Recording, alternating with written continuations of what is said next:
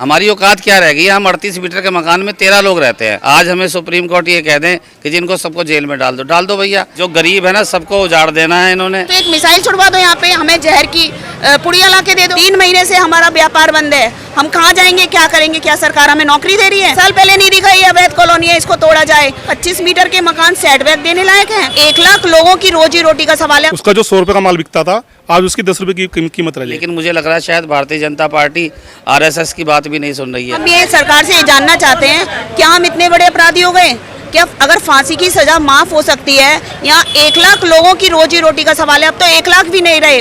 इन्होंने जितने भी आवास विकास के 6389 जितने भी मकान हैं, सब पे सेटबैक लगा दिया है। 25 मीटर और 500 मीटर सबको एक कर दिया। गरीब और बड़े आदमी को सबको एक कर दिया कि 25 मीटर के मकान सेटबैक देने लायक हैं। यहाँ पुराने मकान बने हुए हैं, 40 साल पुरानी कॉलोनी है। ये वैध कॉलोनी है, अवैध नहीं है। 40 साल पहले नहीं दिखा ये अवैध कॉलोनी है, इसको तोड़ा जाए। क्यों अधिकारियों ने क्यों बनने दिए ये मकान? और बनने दिए तो कार्रवाई उन पे होनी चाहिए, हम आम लोगों पे नहीं होनी चाहिए। ये जो भ्रष्टाचार हो रहा है ना, उन्होंने पैसे खा के हमारे मकानों को बनवाने दिया, उनमें शटर लगने दिए, अब ये काम बंद करवा दिए। 3 महीने से हमारा व्यापार बंद है, हम कहाँ जाएंगे, क्या करेंगे? क्या सरकार हमें नौकरी दे रही है? हम इतने बड़े अपराधी हो गए। हम बायलॉ मतलब अदालत में हमारा बायलॉ सुना ही नहीं गया। सुप्रीम कोर्ट में जज ने हमारा बायलॉज ही नहीं देखा। ऐसा कौन सा कानून हो गया? हम इतने बड़े अपराधी हो गए। हमने क्या अपराध किया? हम सरकार से ये जानना चाहते हैं। हम कहाँ जाएंगे? हम बेघर हो चुके हैं, सब मर जाएंगे। कुछ भी हो जाए, हम यहाँ सेटबैक नहीं देंगे। बुलडोजर के आगे लेट जाएंगे, यहाँ सब कुछ बर्बाद हो जाएगा। उससे पहले हमारी सरकार से, मोदी जी से, योगी जी से, राष्ट्रपति जी से यही गुहार है, आप यहाँ आएँ।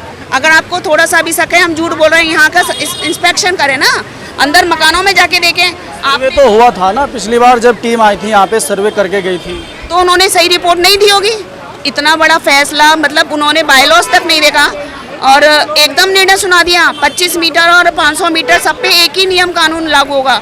ये कैसा नियम है? गरीब खा जाएगा, वो उसे तो जहर खाने पे मजबूर कर दिया। या तो एक मिसाइल छुड़वा दो यहाँ पे, हमें जहर की पुड़िया ला के दे दो, या हमें इच्छा मृत्यु की मांग करते हैं हम तो सरकार से। इसके अलावा हमारे लिए कुछ नहीं छोड़ा सरकार ने। और हमारे कोई बहुत बड़े मकान नहीं है, सिर्फ 38 मीटर के मकान है जिसमें हम लोग रह रहे हैं। 38 मीटर के मकानों को भी इनको ऐसा लग रहा है कि हमारे बहुत बड़े बड़े मकान है, नीचे बहुत बड़े बड़े शोरूम है। छोटी छोटी सी हमारी दुकानें थी जिससे हम काम करके अपने घर परिवार चला रहे थे। पहले हमारा व्यापार बंद हुआ, अब हमारे घर छीने जा रहे हैं। ये पूरे भारत पर लागू होगा, धीरे धीरे सभी जगह कार्रवाई होगी। ये शुरुआत तो यहाँ से हो गई, शुरुआत यहाँ से हुई है। क्रांति धारा है, इसी जमीन से शुरुआत होनी थी। बीजेपी का गढ़ है, यहीं से शुरुआत होनी थी, यहीं से शुरुआत करी है इन्होंने। सबसे बड़ी दिक्कत यह है जो इन्होंने मकान तोड़ने के आदेश दिए हैं, 25 मीटर तक का इन्होंने ऑर्डर कर दिया है। इन्होंने ये नहीं सोचा कि जो इस घर में पल रहे थे, छोटे छोटा बिजनेस कर रहे थे, उनके बच्चे आने वाले, उनके बच्चों का भविष्य क्या होगा? क्या वो पढ़ाई लिखाई सही से अपनी जारी रख सकेंगे? उनका जब बिजनेस खत्म हो जाएगा, नौकरी सरकार देती नहीं है, क्या उनके बच्चे पढ़ाई लिखाई कर सकेंगे? वो सिर्फ क्रिमिनल बनेंगे। लूट मार, चैन स्नैचिंग। जो उनके घर में युवा पीढ़ी है, जो उसके घर में 2 जवान बहन है, वो एक दुकान से अपना परिवार पाल रहा था, उसकी वो दुकान बंद कर दी। अब वो कहाँ से पालेगा अपना परिवार? वो क्राइम करेगा। मैं इस भारत में इस वर्ष में मानता हूँ 20 या 25% मुसलमान लोग हैं, 75 या 80% हिंदू है। सब हिंदू समाज जो हो गया, जो 25% मोमडन कोई भी प्रोडक्शन करता है, कोई भी चीज़ बनाता है, तो वो हिंदू के पास ले जाता है सबसे पहले कि मेरी जो माल की कटत होगी सबसे ज़्यादा लाला की दुकान पे जाकर होगी। अब लाला का बिजनेस ही खत्म कर दिया तो मुसलमान क्या बेचेगा बेचारा? उसका जो 100 रुपये का माल बिकता था, आज उसकी 10 रुपये की कीमत रह जाएगी, क्योंकि दुकानें खत्म कर देंगे। वो कहाँ बेचेगा? अपने प्रोडक्शन करके पहले सबसे पहले लाला के यहाँ भेजता था वो। इन्होंने सबका साथ, सबका विकास नहीं करा, सबका साथ सबका नाश करा है। हमें सुप्रीम कोर्ट से ये उम्मीद नहीं थी। ये जो लेडीजें बैठी हैं 3 महीने से धरने पे बैठी हैं, ये उम्मीद लगाए बैठी थी कि चलो हमारा कारोबार बंद कर रहे हैं, कोई बात नहीं, हम फिर भी अपना गुजारा कहीं ना कहीं से कर लेंगे, कम से कम हमारे मकान तो छोड़ दो। इन्होंने वो मकान भी ध्वस्त करने का आदेश दे दिया है। पूरे आवास विकास में इस उत्तर प्रदेश में 27 आवास विकास कॉलोनियाँ हैं, 4 और हैं, वो भी आवास विकास के अंदर आती हैं। टोटल 31 आवास विकास कॉलोनियाँ हैं, उन सब में ही ये कार्रवाई चालू होनी है।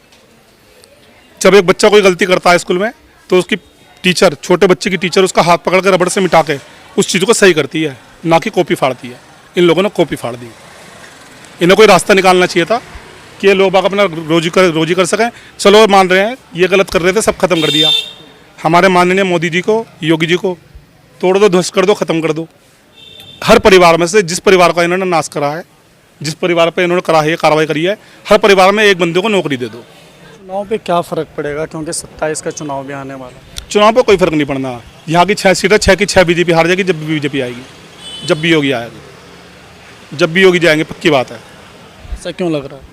जब पश्चिम बंगाल में इतिहास बदल सकते हैं, यहाँ तो इन्हों का गढ़ है।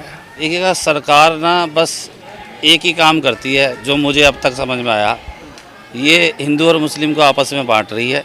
इसके अलावा और कुछ काम कर नहीं रही है। शिक्षा व्यवस्था की देखें, शिक्षा व्यवस्था लचर हो गई है, रोजगार व्यवस्था लचर हो गई है। मतलब जिसके मन में जो आ रहा है वो कर रहा है। लेकिन सरकार क्या कर रही है? सरकार केवल हिंदू और मुस्लिम देख रही है। ना हिंदू चाहता है कि दंगा फसाद हो, ना मुस्लिम चाहता है दंगा फसाद हो। लेकिन ये डिवाइड एंड रूल, फूट डालो और राज करो। यहाँ सब कॉरपोरेट ऑफिस आने हैं, सबको, जो गरीब है ना, सबको उजाड़ देना है इन्होंने। आपने अगर हियरिंग सुनी हो, मैं माननीय सर्वोच्च न्यायालय की कोई अवमानना नहीं करना चाहता हूँ, लेकिन आप ग्राउंड लेवल पर आकर देखें तो सही, क्या ये सेटबैक देने लायक कंडीशन है? आवास विकास ने भी हमारा पक्ष रखा, मैंने पूरी हियरिंग सुनी है, सब वकील हमारा पक्ष रख रहे हैं, लेकिन माननीय सर्वोच्च न्यायालय के जो जज हैं वो सुनना ही नहीं चाह रहे। क्यों नहीं सुनना चाह रहे ये वो जाने। ऐसा लगता है जैसे शायद किसी और के शब्द उनके मुख में हैं, बस वही वो शब्दों को बुला रहे हैं, all demolish, all demolish, all demolish. और मैं बचपन से मतलब भारतीय जनता पार्टी में आरएसएस से जुड़ा हुआ हूँ, बचपन से आरएसएस से जुड़ा हूँ और अभी भी उन्हीं की रणनीति पे मैं काम करता हूँ। मैं आरएसएस के खिलाफ नहीं हूँ, लेकिन क्योंकि आरएसएस हिंदू मुस्लिम नहीं करती है, लोग बाग कहते हैं ऐसा नहीं करती है, क्योंकि कुछ लोगों की काम होते हैं इधर उधर की अफवाहें फैलाना। तो आरएसएस अपने आप में एक बहुत बड़ा संगठन है, लेकिन मुझे लग रहा है शायद भारतीय जनता पार्टी आरएसएस की बात भी नहीं सुन रही है। संगठन कह रहा है कि ये गलत है, लेकिन हमारे बारे में कुछ सोच ही नहीं रहा, सुन ही नहीं रहा हमारे बारे में। आरएसएस के कोई जनप्रतिनिधि यहाँ पहुँचे? नहीं, उनकी मजबूरी है, वो पहुँच ही नहीं सकते ना यहाँ पर। आप समझे ना मेरी इस बात को? साथ खड़े हैं तो साथ में आना। साथ हैं सुप्रीम कोर्ट के, जो अवमानना का अब उन्होंने हवाला दे दिया है कि ये सुप्रीम कोर्ट की अवमानना है। अब सुप्रीम कोर्ट की अवमानना में हम बैठे हैं। आज हमें सुप्रीम कोर्ट ये कह दें कि जिनको सबको जेल में डाल दो भैया। हमारी औकात क्या रह गई है, हमें ये बताओ ना। अब हमारी औकात क्या रह गई है? हम 38 मीटर के मकान में 13 लोग रहते हैं। आप मेरा घर आकर देख लो, आपको पता चल जाएगा कि मैं सेटबैक देने की कंडीशन में हूँ या नहीं हूँ। लेकिन बस वही है ना कि अब सरकार सुनेगी तो ठीक है, नहीं सुन रही तो फिर हम सरकार के खिलाफ तो जाएंगे ही जाएंगे। एक्चुअली में हम मोदी जी और योगी जी को बिल्कुल मानते हैं, बहुत ज़्यादा मानते हैं। हमें कभी कभी उसके लिए प्रताड़ना भी सहनी पड़ती है और हम कहते हैं कि जी हम मोदी वाले हैं, हम योगी वाले हैं।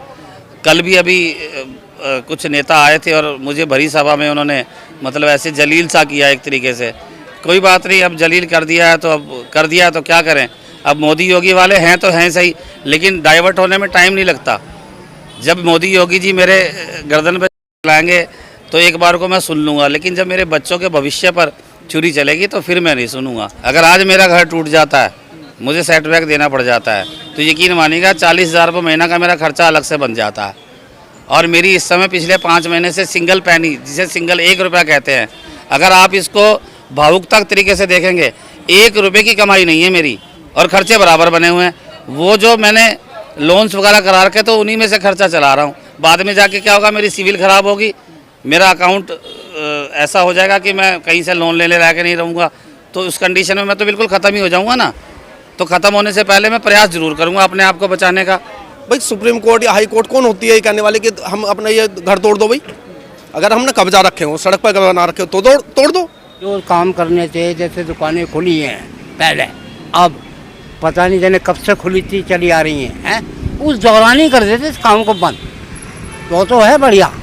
और अब आधा बाजार हो गया, बेचारे घर से बेघर हो गए, ये भी तो दिक्कत ही है ना परिवार।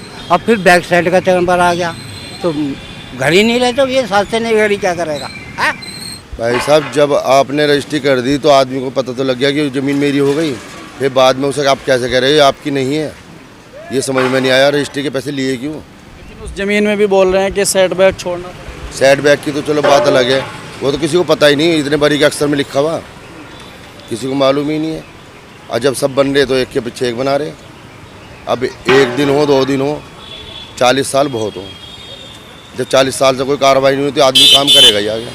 पास करने वाले अधिकारी भी यहीं के थे, ना अधिकारी बात करते ना सरकार बात करती, सब मामला बस ऐसे ही चल सुप्रीम कोर्ट का नाम ले दिया, सुप्रीम कोर्ट की किसी पे फीस भी नहीं जाने की, तो सुप्रीम कोर्ट का नाम ले क्या कर रहे। यहाँ का केस तो यही निमटना चाहिए ना।